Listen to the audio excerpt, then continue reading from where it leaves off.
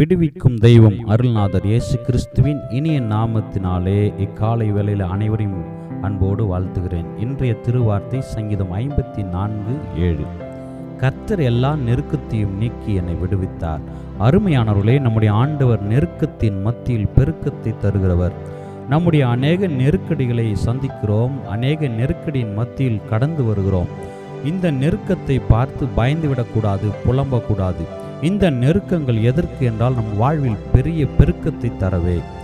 இக்கட்டான நெருக்கடியான சூழ்நிலையில் கர்த்தர் நம்மோடு இருப்பதால் நம்மை விடுவித்து அவைகளிலிருந்து கிருபையாய் நடத்துகிறார். நெருக்கத்தை போக்கி விசாலத்தை தருவதற்காக கர்த்தர் சில நெருக்கடிகளை அனுமதிக்கிறார். நாம் அதை புரிந்து கொள்ளாமல் திகைத்து போகிறோம். ஏன் இந்த நெருக்கடி, ஏன் இந்த கஷ்டம், ஏன் இத்தனை கடினமான பாதை என யோசிக்கிறோம். இவைகளின் மத்தியில் கர்த்தர் எப்படிப்பட்டவர் என்பதை புரிந்து கொள்ளதான் கர்த்தர் இப்படி அனுமதிக்கிறார். இக்காலை வேளையில் எல்லா நெருக்கத்தை நீக்கி நம்மை விடுவிக்க இயேசு வல்லவராக இருக்கிறார். எல்லா நெருக்கத்தை நீக்கி இயேசு விடுவிப்பார், பெருக்கத்தை கட்டளிடுவார். ஆமென்.